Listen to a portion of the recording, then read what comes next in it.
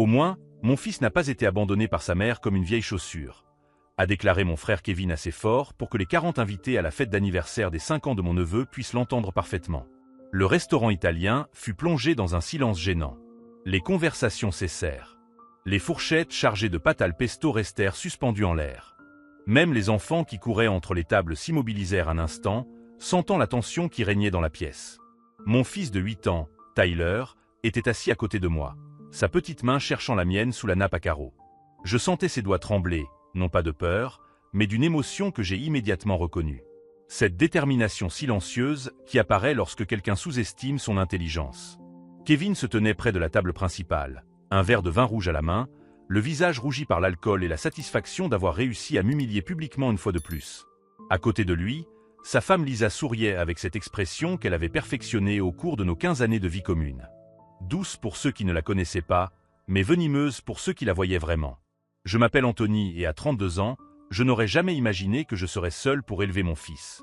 Je travaille comme ingénieur logiciel dans une start-up en pleine expansion dans le centre de Chicago, et depuis 3 ans, je suis à la fois le père et la mère de Tyler, après que mon ex-femme Jessica ait décidé que la maternité n'était pas pour elle, et est disparue à Los Angeles avec son professeur de yoga. Le divorce a été prononcé un mardi pluvieux d'avril, et je me souviens être sorti du tribunal avec l'impression de respirer pour la première fois depuis des mois. Pas à cause de la séparation en soi, mais parce que l'incertitude avait enfin pris fin. Je savais où j'en étais et ce que je devais faire. Tyler est la lumière de ma vie. Il a 8 ans et son esprit fonctionne comme un ordinateur, cataloguant des détails que la plupart des gens ne remarquent même pas. Il construit des villes entières avec des Legos dans notre appartement, lit des livres de sciences qu'il trouve à la bibliothèque et a cette capacité effrayante d'observer des schémas que les adultes ignorent complètement. Ses professeurs disent qu'il est exceptionnel. Son thérapeute dit qu'il est remarquablement bien adapté. Ma famille dit que c'est une tragédie. Kevin est mon frère aîné, de 3 ans mon aîné, et il a toujours été tout ce que je ne suis pas selon nos parents. Il a épousé Lisa juste après l'université lors d'une cérémonie qui a coûté plus cher que mon salaire annuel. Ils ont cette vie qui semble parfaite sur Instagram. Une maison coloniale en banlieue, 2 voitures importées dans le garage, des vacances en Europe documentées par des selfies souriants.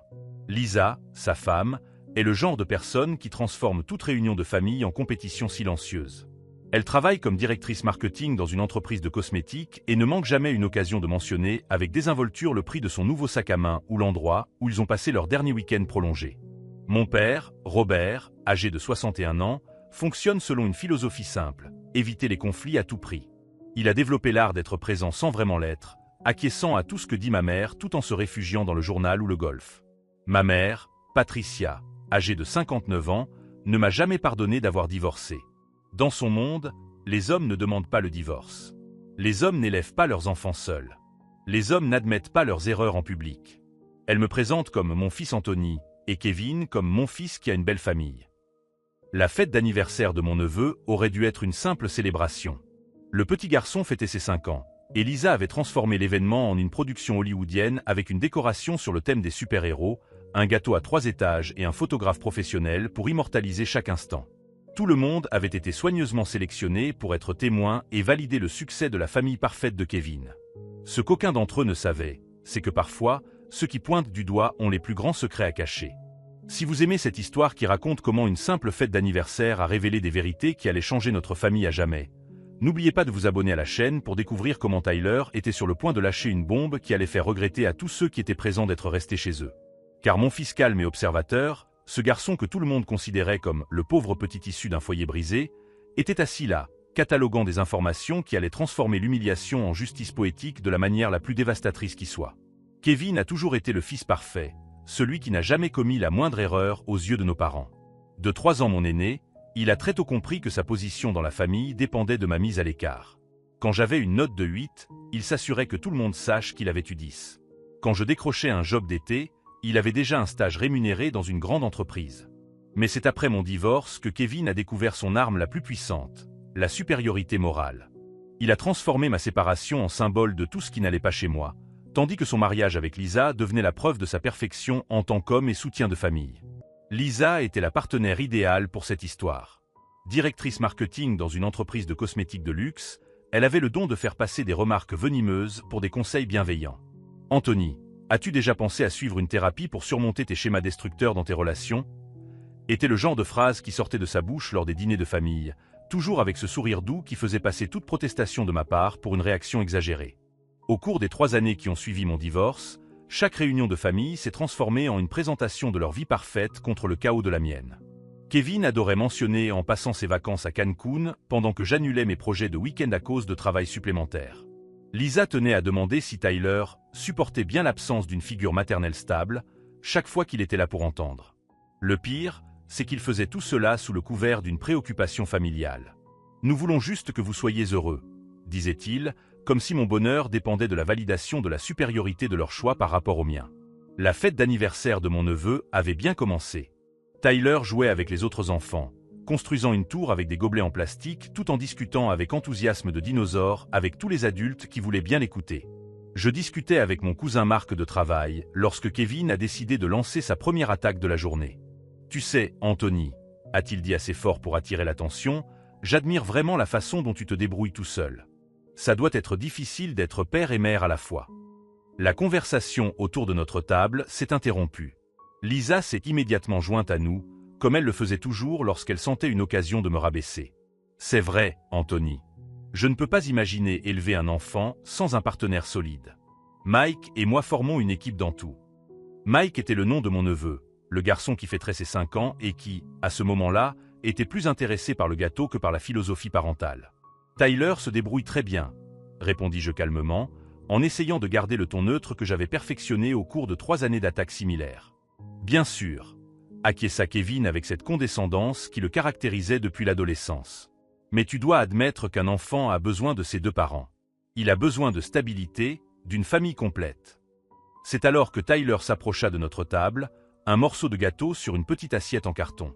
Ses oreilles étaient rouges, comme toujours lorsqu'il entendait quelque chose qui le mettait mal à l'aise, mais qu'il essayait de comprendre avant de réagir. « De quoi parlez-vous » demanda-t-il en grimpant sur la chaise à côté de moi avec la précision de quelqu'un qui voulait être exactement là où il pouvait tout entendre. Lisa s'est penchée en avant avec ce sourire qu'elle réservait aux enfants, comme si elle s'adressait à quelqu'un d'impelant. « Nous parlions des familles, mon chéri. De l'importance d'avoir une maman et un papa. »« Pourquoi » a demandé Tyler en plantant sa fourchette dans le gâteau. « Mon père et moi, on se débrouille très bien tout seul. » Kevin rit, ce rire sonore qu'il utilisait lors des réunions d'affaires pour affirmer sa domination. « Bien sûr que vous vous débrouillez, champion. Mais imagine comme ce serait encore mieux si tu avais une maman à la maison qui te ferait des biscuits, t'aiderait à faire tes devoirs, s'occuperait de toi quand tu es malade. »« Mon père fait des biscuits, » répondit Tyler sans hésiter. « Et il m'aide à faire mes devoirs. Et quand je suis malade, il reste à la maison avec moi et on regarde des documentaires sur l'espace. » Lisa échangea un regard avec Kevin, un regard que je connaissais bien. C'était le regard qui disait « Pauvre enfant, elle ne se rend pas compte de ce qu'elle manque. »« C'est merveilleux, Tyler, » dit-elle avec une sympathie exagérée. « Ton père fait de son mieux. Mais tu dois comprendre que ce n'est pas la même chose qu'avoir une vraie famille, une famille complète. » Je sentis Tyler se crisper à côté de moi. Sa petite main trouva la mienne sous la table et la serra fort. Je connaissais cette pression. Ce n'était pas de la peur, mais une détermination silencieuse qui apparaissait lorsque quelqu'un sous-estimait son intelligence ou essayait de le faire se sentir inférieur. « Les familles complètes ont 2 personnes qui s'aiment et travaillent ensemble, » dit-il, sa voix de 8 ans semblant étrangement mature. « Comme toi et oncle Kevin. » Kevin sourit avec satisfaction. « Exactement, champion. C'est ce que devrait être une famille. » C'est alors que ma mère décida de se joindre à la conversation. Patricia nous observait depuis la table principale, et je pouvais voir dans ses yeux qu'elle se préparait à me donner une nouvelle leçon de morale en public. « Tyler, mon chéri, » dit-elle en s'approchant de notre table avec cette posture droite qu'elle adoptait lorsqu'elle s'apprêtait à faire une déclaration importante. « Ton oncle Kevin a raison. Un enfant a besoin de stabilité, de bons exemples.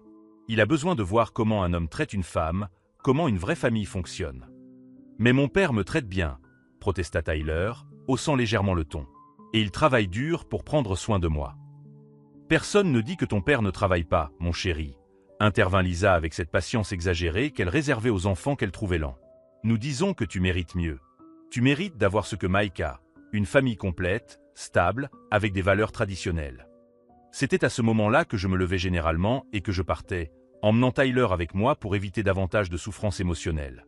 3 ans d'expérience m'avaient appris que la confrontation directe ne faisait qu'engendrer davantage d'humiliation, davantage d'exemples illustrant à quel point j'étais défensive et instable. Mais Tyler ne se levait pas. Au lieu de cela, il regardait autour de la table avec cette expression que je connaissais bien, la même qui apparaissait lorsqu'il résolvait un problème mathématique complexe ou construisait quelque chose de compliqué avec des Legos.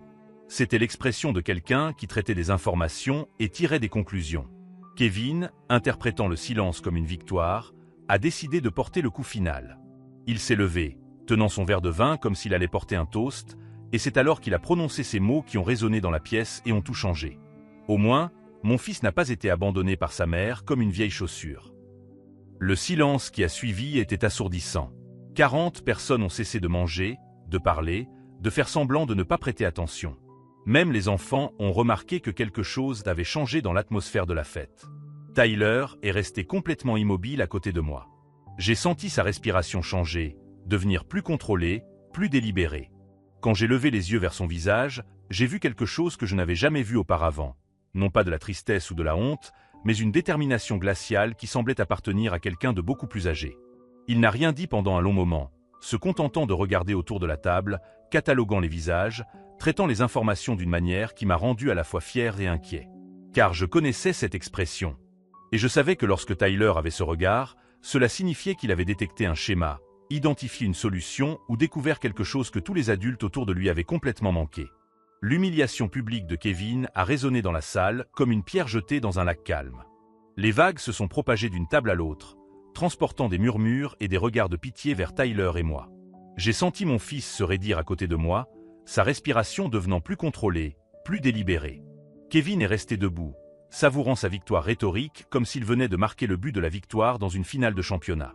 Lisa applaudissait discrètement, ces applaudissements lents et condescendants qu'elle réservait au moment où quelqu'un remettait enfin les choses en perspective. Kevin a raison, a acquiescé ma mère assez fort pour que tout le monde l'entende. Un enfant a besoin de stabilité émotionnelle. Il a besoin de bons exemples de fonctionnement familial. Elle fit un geste en direction de la famille parfaite de Kevin, comme si elle présentait une exposition d'art. C'est alors que mon cousin Marc, qui était resté silencieux jusqu'à présent, décida de se joindre au lynchage public. Anthony, mec, ne le prend pas personnellement. Tout le monde ici veut juste le meilleur pour Tyler. C'est juste que, eh bien, les statistiques ne mentent pas, n'est-ce pas? Les enfants issus de foyers brisés ont plus de difficultés. Tyler tourna le visage vers Marc avec cette expression que je connaissais bien. C'était la même que lorsqu'on essayait de lui expliquer des concepts mathématiques qu'il maîtrisait depuis des années, ou lorsque des adultes sous-estimaient sa capacité de compréhension. Un mélange de curiosité sincère et de patience forcée. Quel genre de difficulté?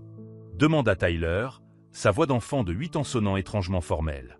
Parce que mes notes sont meilleures que celles de la plupart de mes camarades qui ont 2 parents. Lisa rit, de ce rire cristallin qu'elle avait lorsqu'elle trouvait quelque chose adorable, de manière condescendante. Oh, mon chéri, nous ne parlons pas seulement de notes scolaires.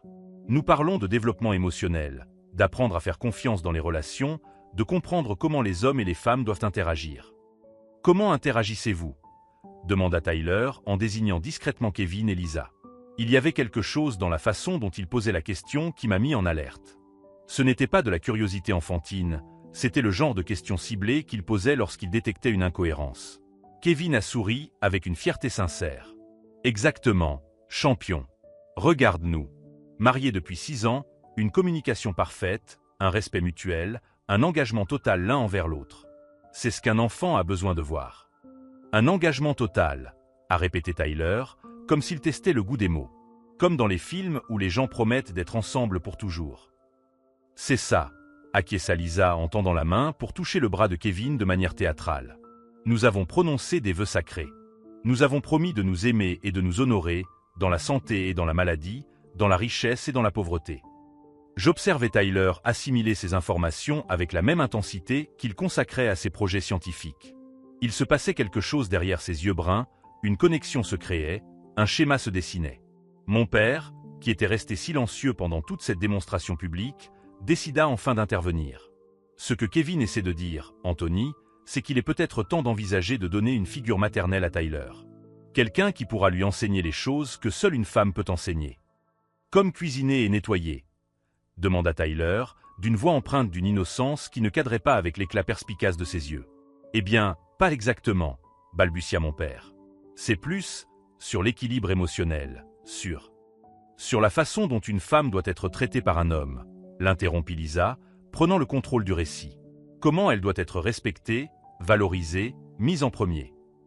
Tyler acquiesça lentement, comme s'il absorbait une leçon particulièrement importante. Alors, oncle Kevin te met toujours en premier, tante Lisa.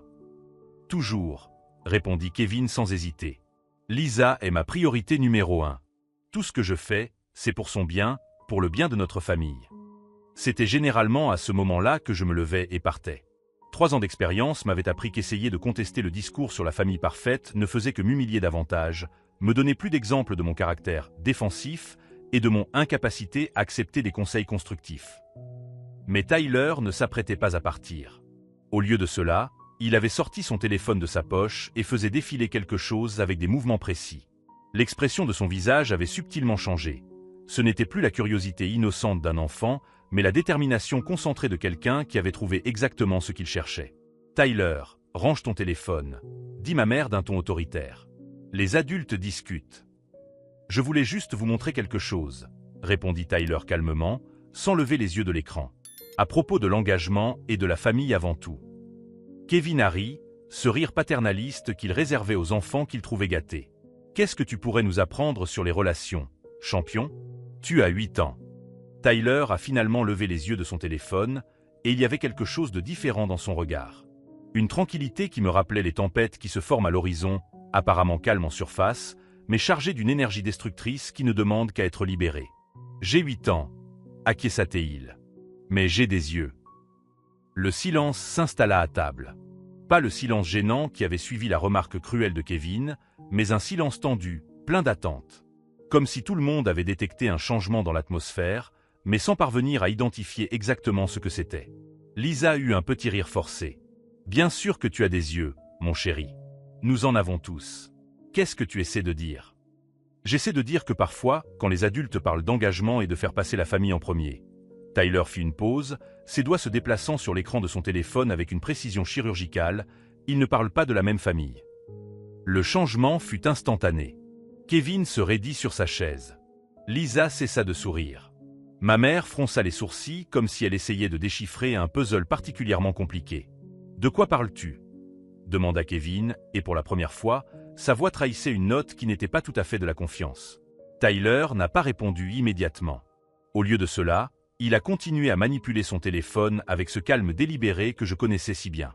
C'était le même calme qu'il affichait lorsqu'il s'apprêtait à révéler la solution d'un problème sur lequel il travaillait en secret depuis des semaines. « Tyler, dis-je à voix basse, tu ferais peut-être mieux. »« Non, papa, » m'interrompit-il, la voix toujours calme mais empreinte d'une détermination qui me prit par surprise. « Oncle Kevin a dit que je devais apprendre comment fonctionne une vraie famille.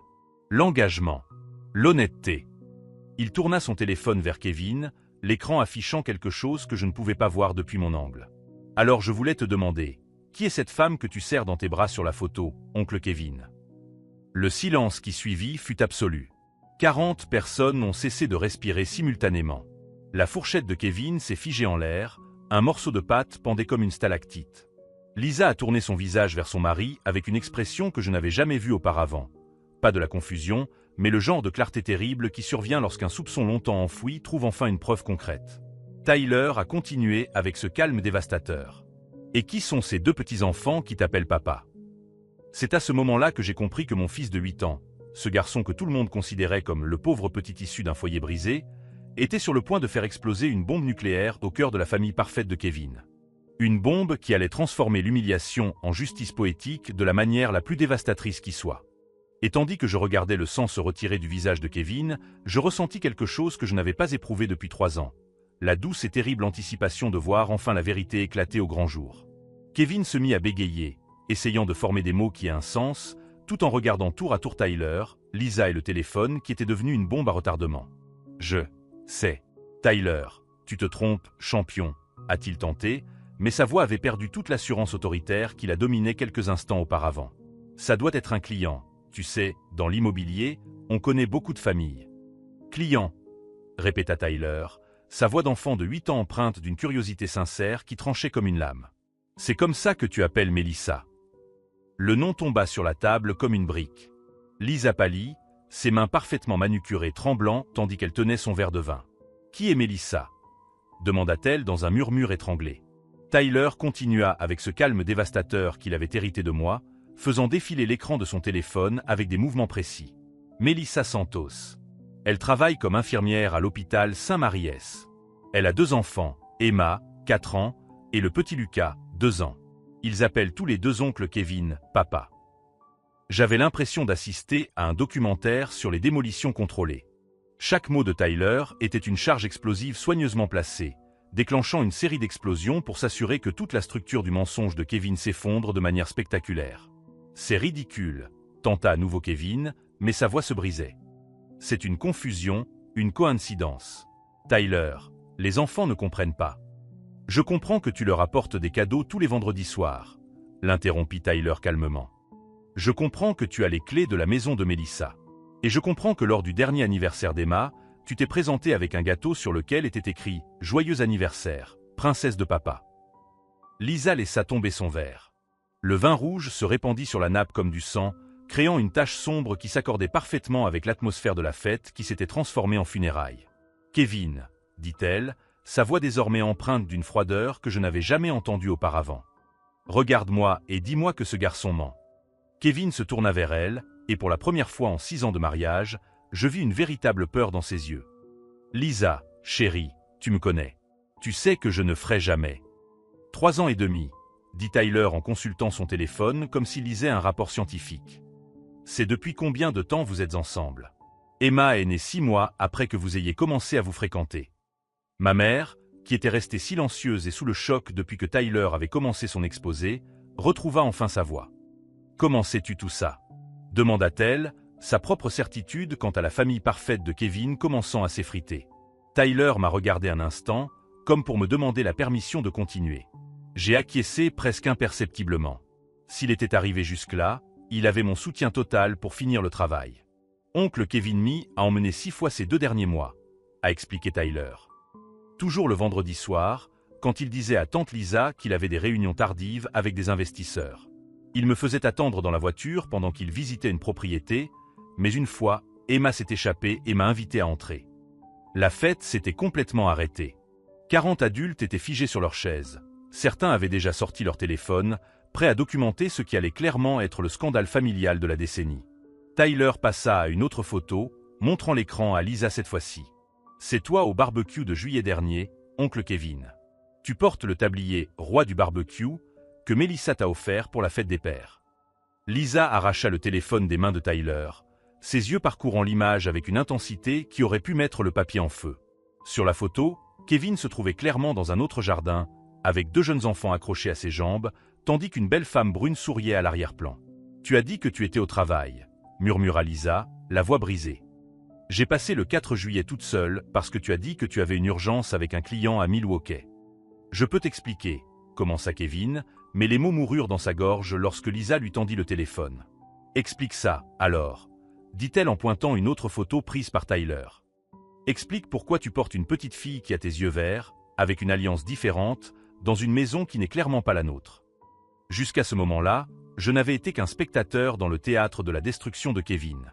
Mais en regardant mon fils de 8 ans démanteler systématiquement 6 années de mensonges avec la précision d'un chirurgien, j'ai ressenti quelque chose que je n'avais pas éprouvé depuis 3 ans. Une fierté pure et féroce. Si vous suivez cette révélation dévastatrice sur la façon dont les apparences peuvent être trompeuses, n'oubliez pas de vous abonner à la chaîne pour découvrir comment cette famille, parfaite, était sur le point d'imploser de manière encore plus spectaculaire. Kevin a tenté une dernière stratégie désespérée. Tyler, tu ne comprends pas les complexités des relations entre adultes. Parfois, les gens font des choses pour aider les autres. Melissa c'est une amie qui traversait une période difficile. Comment payer l'hypothèque de sa maison pendant 3 ans peut-il aider une amie? Demanda Tyler, sa voix toujours empreinte d'une innocence dévastatrice. Et pourquoi une amie aurait-elle besoin que tu lui apportes des couches pour Lucas chaque semaine? Lisa se leva si brusquement que sa chaise bascula en arrière. Tu paies l'hypothèque d'une autre femme? Sa voix monta d'un octave. Pendant que j'économisais sur les courses pour qu'on puisse acheter une maison plus grande. Lisa, s'il te plaît, laisse-moi t'expliquer. Explique, cria-t-elle, son sang-froid parfait finissant par voler en éclats. Explique-moi comment tu subis 2 familles. Explique-moi comment tu as 2 enfants que je ne connais pas. Explique-moi comment tu as pu me regarder dans les yeux pendant 3 ans et demi et me mentir chaque vendredi soir. » Kevin regarda autour de lui, cherchant un allié, un visage sympathique qui pourrait l'aider à se sortir du trou qu'il avait creusé. Mais tout le monde, mes parents, les invités, même les serveurs, le regardaient avec un mélange d'horreur et de fascination. « Emma a perdu sa première dans la semaine dernière, » continua Tyler, apparemment inconscient du chaos émotionnel qu'il avait déclenché. « Melissa a dit que tu avais promis de l'emmener chez le dentiste parce que c'est ce que font les parents. Elle t'a appelé le meilleur papa du monde. » C'est à ce moment-là que Lisa s'est mise à pleurer. Pas les pleurs délicats et contrôlés qu'elle utilisait pour susciter la sympathie, mais des sanglots profonds et déchirants qui venaient d'un lieu de trahison absolue. Mon père a finalement retrouvé sa voix. « Kevin, » a-t-il dit, sa propre déception évidente. « Est-ce vrai ?» Kevin a regardé son père, puis moi, puis Tyler, qui tenait toujours le téléphone avec un calme imperturbable. C'était comme regarder un immeuble s'effondrer au ralenti. D'abord le déni, puis la prise de conscience, puis l'acceptation de l'inévitable. « Je » a-t-il commencé, mais aucun mot ne pouvait réparer 3 ans et demi de mensonges systématiques. Je n'ai jamais voulu que ça se passe comme ça. Et c'est à ce moment-là que j'ai compris que mon fils de 8 ans n'avait pas seulement révélé une liaison extra-conjugale. Il avait utilisé l'arrogance même de Kevin contre lui, transformant chaque humiliation que nous avions subie en carburant pour une justice poétique si parfaite que même moi, je n'aurais pas pu mieux la planifier. Car tandis que Kevin se détruisait en essayant d'expliquer l'inexplicable, Tyler rangeait calmement son téléphone dans sa poche et reprenait son morceau de gâteau, comme s'il venait de faire un exposé sur les dinosaures à l'école plutôt que de faire exploser une bombe nucléaire au cœur de la famille parfaite. La véritable préparation avait duré 3 ans. Chaque visite forcée, chaque humiliation publique, chaque commentaire cruel sur notre famille incomplète avait été catalogué et stocké dans l'esprit observateur de mon fils jusqu'au moment parfait pour la révélation. Et maintenant, alors que je regardais Lisa découvrir que toute sa vie n'avait été qu'un mensonge élaboré, je ne pouvais qu'attendre de voir comment Kevin allait essayer de se sortir du trou qu'il avait creusé de ses propres mains. La confession de Kevin a fait l'effet d'une bombe atomique dans la salle du restaurant. 40 personnes assistaient en silence à la désintégration en temps réel d'une famille parfaite, chaque mot qui sortait de sa bouche creusant un peu plus sa tombe. « Lisa, chérie, je peux tout expliquer », tenta Kevin en tendant les mains vers sa femme qui reculait comme s'il était un serpent venimeux. « Ce n'est pas ce que tu crois. Melissa, elle traversait une période difficile, elle venait de se séparer, et elle traversait une période difficile depuis 3 ans et demi, » a crié Lisa, sa voix résonnant sur les murs du restaurant. « Et tu as décidé de l'aider en la mettant enceinte et en ayant 2 enfants avec elle. » Le visage de Kevin est devenu rouge, puis blanc, puis gris. Il a regardé autour de lui à la recherche d'un allié, d'un visage sympathique, mais il n'a trouvé que des regards horrifiés et accusateurs. Même ma mère, qui avait toujours défendu la famille parfaite de Kevin, était bouche bée, sous le choc. « Ce ne sont pas mes enfants, » ment-il désespérément. « Je veux dire, génétiquement, ils le sont peut-être, mais je ne l'avais pas prévu. C'était un accident. 2 accidents. » Tyler, qui était resté silencieux depuis sa révélation initiale, décida qu'il était temps de lâcher la 2e bombe. « Oncle Kevin, » dit-il de sa voix d'enfant de 8 ans qui tranchait comme une lame, « pourquoi as-tu menti à Melissa au sujet de ton divorce ?» Le silence qui suivit fut si profond que nous pouvions entendre la climatisation du restaurant fonctionner. « Quoi ?» murmura Lisa, la voix complètement brisée.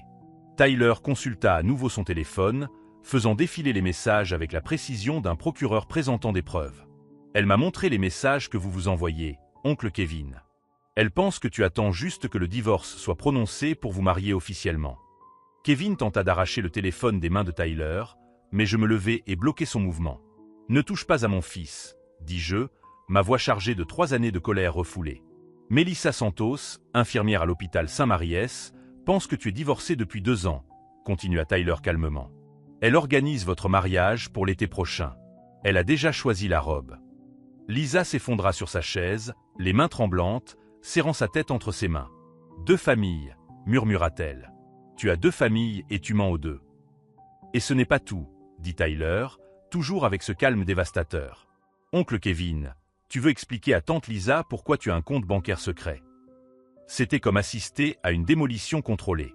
Kevin a littéralement titubé, s'agrippant à la table pour ne pas tomber. « Comment tu sais ?»« Le compte Citibank que tu as ouvert au nom de Melissa, » a expliqué Tyler méthodiquement. « Où tu déposes 5 000 $ chaque mois pour les dépenses des enfants. Le même montant que tante Lisa pense que tu investis dans l'entreprise. » Lisa s'est levée si vite qu'elle a renversé sa chaise. 5 000 $ par mois, a-t-elle crié. Alors que je travaille 60 heures par semaine pour que nous puissions acheter une maison plus grande, tu donnes 5 000 $ par mois à ta maîtresse. Mon père retrouva enfin sa voix, sa déception évidente. Kevin, cela fait 30 000 $ au cours des 6 derniers mois. C'est plus que ce que beaucoup de familles gagnent en un an. Et il a promis à Melissa qu'il la laisserait arrêter de travailler une fois que la petite Emma serait entrée à l'école, ajouta Tyler avec cette innocence dévastatrice. Elle a déjà donné son préavis à l'hôpital. Tout le restaurant s'était arrêté. Les serveurs restaient figés, leurs plateaux dans les mains. D'autres clients avaient cessé de manger pour assister au plus grand scandale familial de l'histoire de Chicago qui se déroulait à la table voisine. Kevin regardait autour de lui comme un animal pris au piège, cherchant une issue, un moyen de renverser la situation. « Tyler, tu ne comprends pas les complexités. »« Je comprends que tu es un menteur, » l'interrompit Tyler, sa voix d'enfant de 8 ans empreinte d'une dignité que Kevin n'avait pas montrée en 6 ans de mariage. « Je comprends que tu blesses les gens qui te font confiance. Et je comprends que tu as passé 3 ans à me traiter de pauvre petit, alors que tu étais le plus grand menteur de la famille. » Ma mère se leva de la table principale et s'avança vers nous d'un pas lent et délibéré. « Kevin Michael Harrison », dit-elle en utilisant son nom complet comme elle le faisait quand nous étions enfants et que nous avions commis quelque chose d'impardonnable. « Comment as-tu pu faire ça à ta famille ? » « Maman, je peux t'expliquer. »« Expliquer » l'interrompit-elle, la voix montant d'un octave. « Expliquer comment tu as humilié ton frère pendant 3 ans tout en menant une double vie ? Expliquer comment tu as fait en sorte que ce garçon se sente inférieur alors que c'est toi le véritable échec moral de cette famille ?» Lisa pleurait à présent, ses sanglots profonds et brisés de ceux qui viennent de découvrir que toute leur vie n'est qu'une imposture. 6 ans, sanglota-t-elle. 6 ans à croire que nous formions une famille parfaite alors que tu avais une autre femme et 2 enfants. C'est alors que Tyler lâcha la bombe finale. « Tante Lisa, » dit-il gentiment, « tu veux savoir pourquoi j'ai découvert tout ça ?» Elle leva vers lui ses yeux rouges et gonflés. « Pourquoi ?»« Parce que Kevin m'a demandé de garder le secret sur mes visites, » expliqua Tyler. « Il m'a dit que je devais apprendre que les vrais hommes protègent leur famille. Alors j'ai commencé à tout documenter pour comprendre comment protéger ma famille des gens qui mentent. » Le silence qui suivit fut absolu.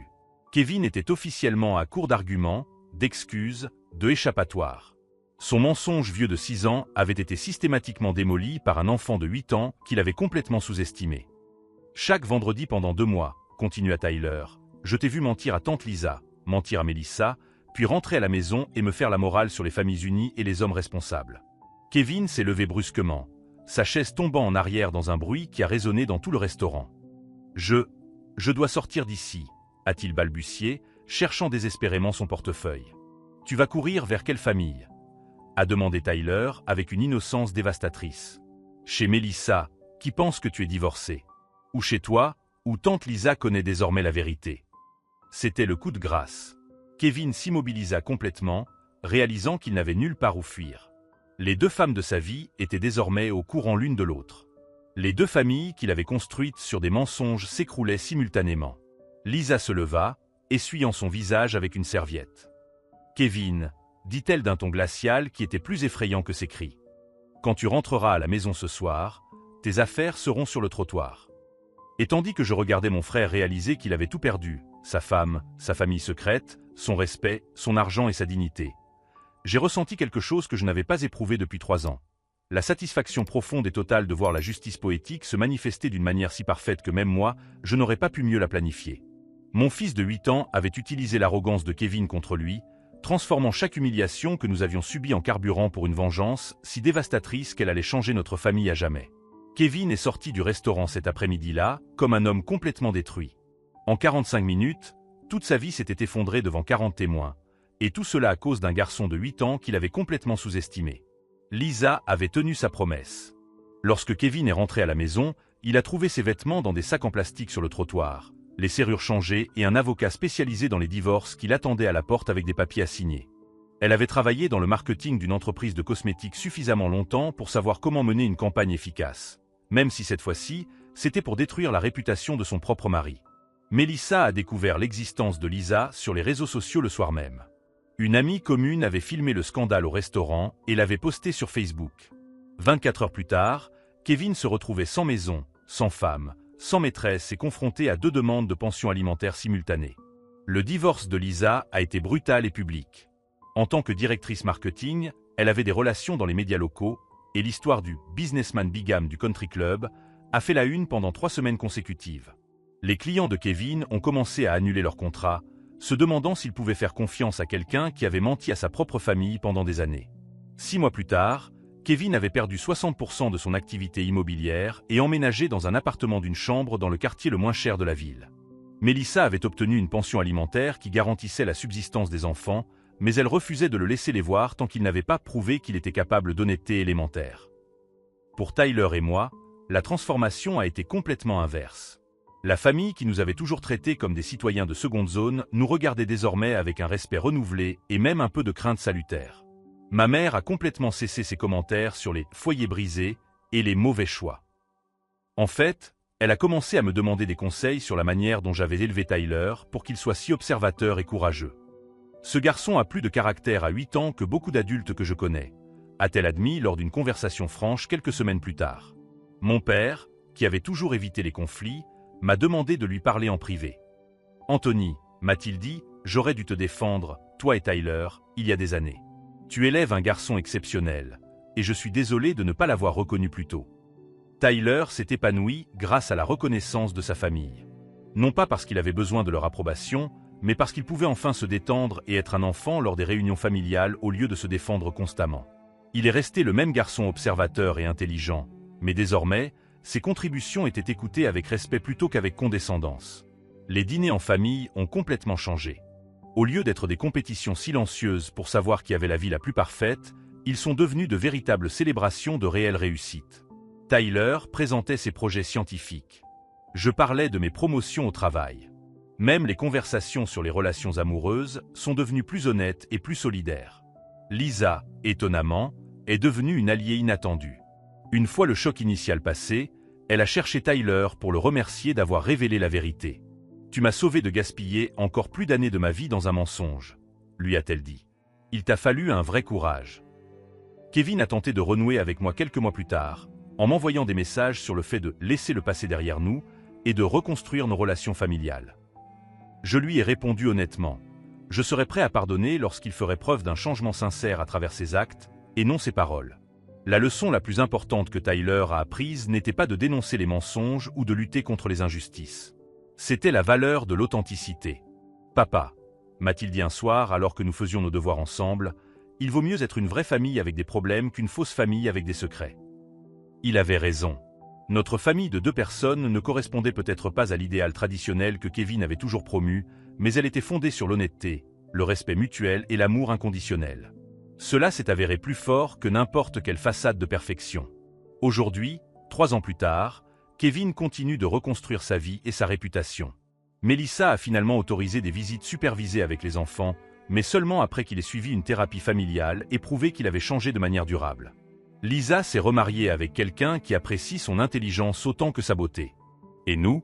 Tyler a maintenant 11 ans, il est toujours brillant, toujours observateur, mais avec une confiance qui vient du fait qu'il sait qu'il peut compter sur son père pour le soutenir à tout moment. Et j'ai appris que parfois, les familles les plus fortes sont celles qui affrontent la vérité, aussi douloureuse soit-elle. Si cette histoire d'un garçon courageux qui a transformé l'humiliation en justice vous a touché, abonnez-vous à la chaîne pour découvrir d'autres histoires de vraies familles qui triomphent des faux-semblants. Car au final, la vérité l'emporte toujours, surtout lorsqu'elle sort de la bouche d'un enfant qui voit le monde avec une clarté cristalline. Tyler m'a appris qu'il vaut mieux avoir un père présent que 2 pères émotionnellement absents. Et Kevin a appris que construire une vie sur des mensonges, c'est comme construire une maison sur du sable. Tôt ou tard, tout s'écroule.